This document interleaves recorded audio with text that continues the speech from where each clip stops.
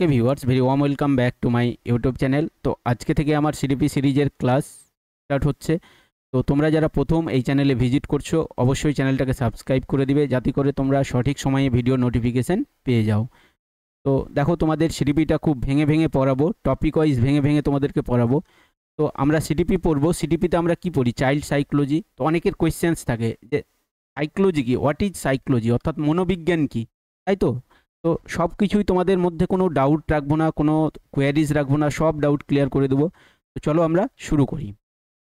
তো দেখো, মনোবিজ্ঞান কি এটা জানার আগে জানতে হবে যে এই যে মনোবিজ্ঞান বা সাইকোলজি, সাইকোলজি এটা হচ্ছে খুব মডার্ন সাবজেক্ট। 1870s আগে, 1870s আগে সাইকোলজি বলে কোনো কিন্তু বিষয় ছিল না, বা কোনো সাবজেক্ট কিন্তু ছিল না। আমরা সাইকোলজিকে স্টাডি করতাম ফিলোজফি, ফিলোজফি আন্ডারে, তাই তো?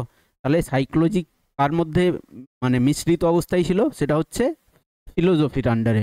তার মানে বুঝতে পারছো যে সাইকোলজি কিন্তু অ্যাজ এ ইন্ডিপেন্ডেন্ট ডিসিপ্লিন কিন্তু 1870 আগে কিন্তু ছিল না। এটাকে আমরা ফিলোজফির বলতে পারো যে সাবজেক্ট, তার মধ্যেই কিন্তু স্টাডি করতাম।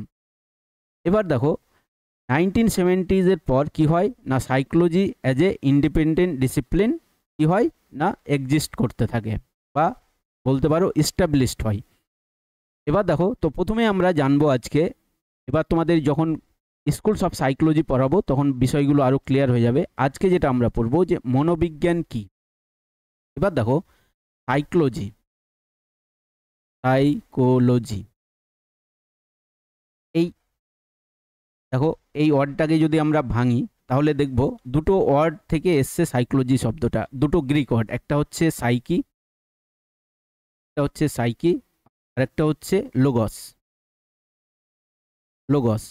তাহলে দেখো, সাইকি কথার মানে হচ্ছে mind or soul, R logos কথার মানে হচ্ছে স্টাডি। তাহলে আমরা যদি এই দুটো ওয়ার্ডকে সাম আপ করি তাহলে কি পাবো? তাহলে study of, study of mind or soul. তাহলে দেখো, এখানে লেখা আছে, তোমাদের বাংলাতে আমি এটা করে দিয়েছি। দেখো, মনোবিজ্ঞান শব্দটি এসেছে দুটি গ্রিক শব্দ থেকে। একটা হচ্ছে সাইকি, যার কথার মানে হচ্ছে বললাম যে তোমাদের মাইন্ড অর সোল। আরেকটা কথা এসছে, আরেকটা ওয়ার্ড হচ্ছে লোগস। লোগস কথার মানে হচ্ছে স্টাডি, অর্থাৎ অধ্যয়ন। তাহলে এই দুটোকে যদি আমরা সাম আপ করি তাহলে মনোবিজ্ঞান মানে হচ্ছে কি না, মনের বিজ্ঞান, তাই তো? মনের বিজ্ঞান বা আত্মার বিজ্ঞান। এবার দেখো, এই যে ডেফিনেশন, এই যে ডেফিনেশন, প্রথম যে ডেফিনেশন, এটা হচ্ছে বলতে পারো আদিম, প্রিমিটিভ ডেফিনেশন বলতে পারি আমরা এটাকে। কারণ এই যে ডেফিনেশনটা দিয়েছিলেন, এই ডেফিনেশনটা দিয়েছিলেন যারা ফিলোসফির থিঙ্কার ছিলেন, তারাই কিন্তু এই ডেফিনেশনটা দিয়েছিলেন। সেই জন্য বলতে পারি এই যে ডেফিনেশন সাইকোলজির, এটা কিন্তু প্রিমিটিভ ডেফিনেশন, আদিম ডেফিনেশন। এখন যে মডার্ন ডেফিনেশন সেটা কিন্তু এটা থেকে অনেক আলাদা। নেক্সট, নেক্সট দেখো কি হয়, তোমাদেরকে বললাম যে 1870s আগে কি হয় না, সাইকোলজি ফিলোসফির আন্ডারে আমরা স্টাডি করতাম, কিন্তু 1970s পর কি হয় না, এভালুয়েশন ঘটে। কি এভালুয়েশন ঘটে? দেখো, 1879 এই সালটা কিন্তু সাইকোলজিতে খুবই ইম্পর্টেন্ট সাল।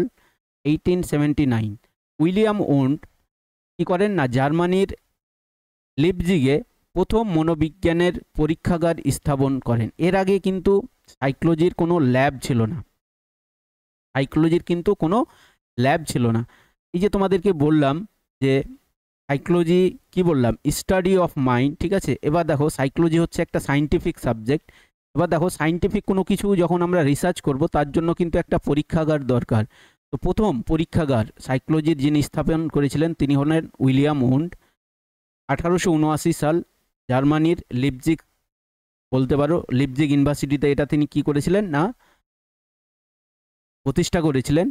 এবং মনোবিজ্ঞানের এটাই হচ্ছে প্রথম পরীক্ষাগার বা ল্যাবরেটরি। সেই জন্য উইলিয়াম হোন্ডকে বলা হয় মনোবিজ্ঞানের জনক, মনোবিজ্ঞানের জনক, মনোবিজ্ঞানের জনক, ফাদার অফ সাইকোলজি। তাহলে ফাদার অফ সাইকোলজি অর্থাৎ মনোবিজ্ঞানের জনক কাকে বলা হয়? না উইলিয়াম ওন্ডকে। এবার দেখো এখন যদি আমরা আধুনিক ডেফিনেশনে আসি, এবার দেখো বিভিন্ন এভালুয়েশনের মাধ্যমে কি হয়েছে না, এখন যদি আমরা আধুনিক মনোবিজ্ঞানের সংজ্ঞা বলি তাহলে কি হবে না, সংজ্ঞাটা এরকম: scientific scientific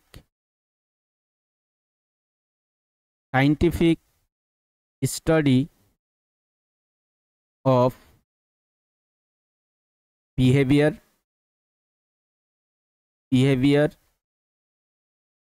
mental processes and experience।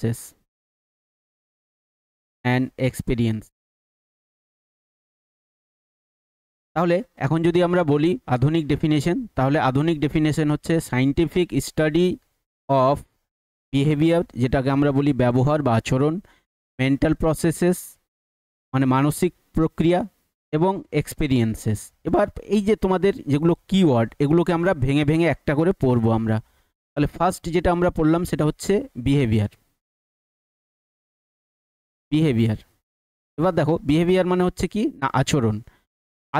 তাহলে দেখো এই আচরণ বা বলতে পারো ব্যবহার, এটাকে আমরা দুই ভাগে ভাগ করতে পারি। একটা হচ্ছে ওভার্ট আর আরেকটাকে বলবো আমরা কোভার্ট। দেখো ওভার্ট যেটা, সেটা হচ্ছে ভিজিবল, মানে হচ্ছে এটা দৃশ্যমান, এটা আমরা দেখতে পাই। আর যেটা কোভার্ট সেটা হচ্ছে বলতে পারো অদৃশ্যমান, মানে এটাকে আমরা দেখতে পাই না। তাহলে এটা হচ্ছে ভিজিবল, এটা হচ্ছে ইনভিজিবল। এবার দেখো দৃশ্যমান, এটা যদি আমি তোমাদেরকে এক্সাম্পল দিই, ধরো একজন স্টুডেন্টের কি হয়েছে না, ওর রেজাল্টে খুব ভালো ফল করেছে। এবার দেখবে রেজাল্টে যখন ভালো ফল করে তখন দেখবে তার আচরণের কি হয় না পরিবর্তন দেখতে পাই আমরা। কীরকম পরিবর্তন দেখতে পাই? তার মেজাজ খুব খুশি থাকে, দেখবে তার মেজাজ খুব কি হয় না, সে সবার মধ্যে কি করে, খুব রিলেটিভস তাদেরকে হাগ করে। তারপরে বলতে পারো তার যে ব্যবহার, সেটা দেখে আমরা বুঝতে পারি যে তার ফলাফল খুব ভালো হয়েছে। সে খুব হাসি খুশি থাকে, মানে রিলেটিভসদের মধ্যে মিষ্টি বিতরণ করে। তাহলে এটা দেখে আমরা বুঝতে পারি যে তার রেজাল্ট কি হয়েছে না ভালো হয়েছে। তার যে আচরণ সেগুলো কি হয় না দৃশ্যমান হয়, আমরা দেখতে পাই। তাহলে বিহেভিয়ারের বললাম যে দুই ভাগে ভাগ করতে পারি, একটা হচ্ছে ওভার্ট মানে যেটা হচ্ছে দৃশ্যমান, যেটাকে আমরা দেখতে পাই। আরেকটা হচ্ছে তোমার বললাম কোভার্ট মানে হচ্ছে অদৃশ্যমান, যেটাকে আমরা দেখতে পাই না। সাপোজ ধরো তোমার ক্লাসে তোমার টিচার তোমাকে কি করেছেন না বকাবকি করেছেন কোনো আচরণের জন্য, মিসবিহেভের জন্য। এবার দেখো তোমার যখন টিচার বকাবকি করেন তখন তোমার ভিতরের যে রাগ হয় সেটা কিন্তু তুমি প্রকাশ করতে পারো না, সেটা কি করো, তুমি দমিয়ে রেখে দাও, তাই তো? বা কোনো সময় দেখবে যে আমাদের বন্ধুদের মধ্যেও কথা বলার সময় কেউ হয়তো তোমাকে কি করলো না টার্গেট করে কোনো কথা বললো, ওটাতে তুমি কি হও না ব্যথিত হও, কিন্তু সেটা তুমি প্রকাশ করো না। এগুলো হচ্ছে আমাদের কোভার্ট বিহেভিয়ার, যেগুলো আমরা কি করি না প্রকাশ করি না বা যেগুলো দেখা যায় না। নেক্সট যেটা আমরা পড়ব সেটা হচ্ছে মেন্টাল প্রসেসেস।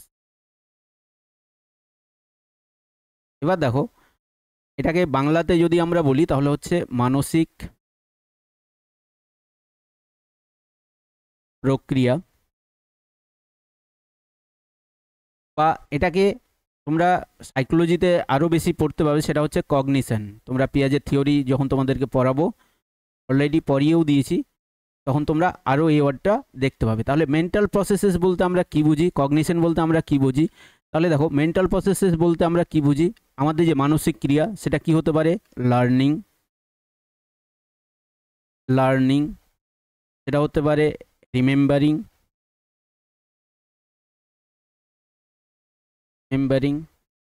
সেটা হতে পারে থিঙ্কিং।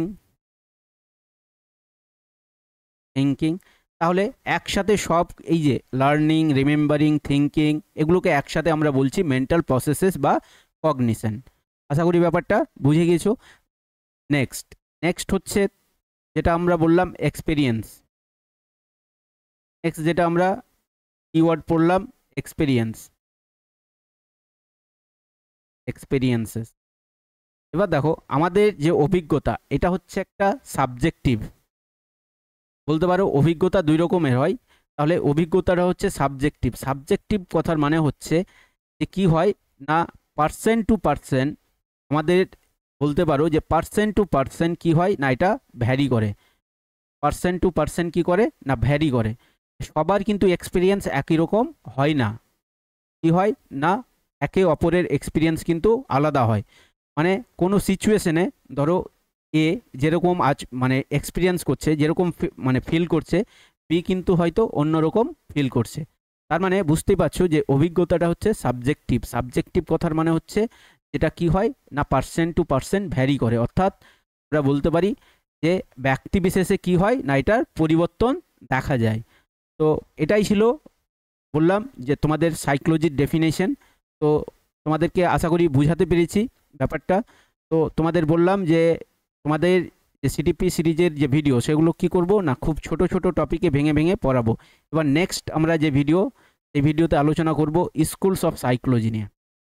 নেক্সট যেটা ভিডিও আসবে সেটা হচ্ছে স্কুলস অফ সাইকোলজি। তো ভিডিওটা ভালো লাগলে তোমরা লাইক করে দিবে এবং চ্যানেলটাকে সাবস্ক্রাইব করে দেবে। Thanks for watching this video.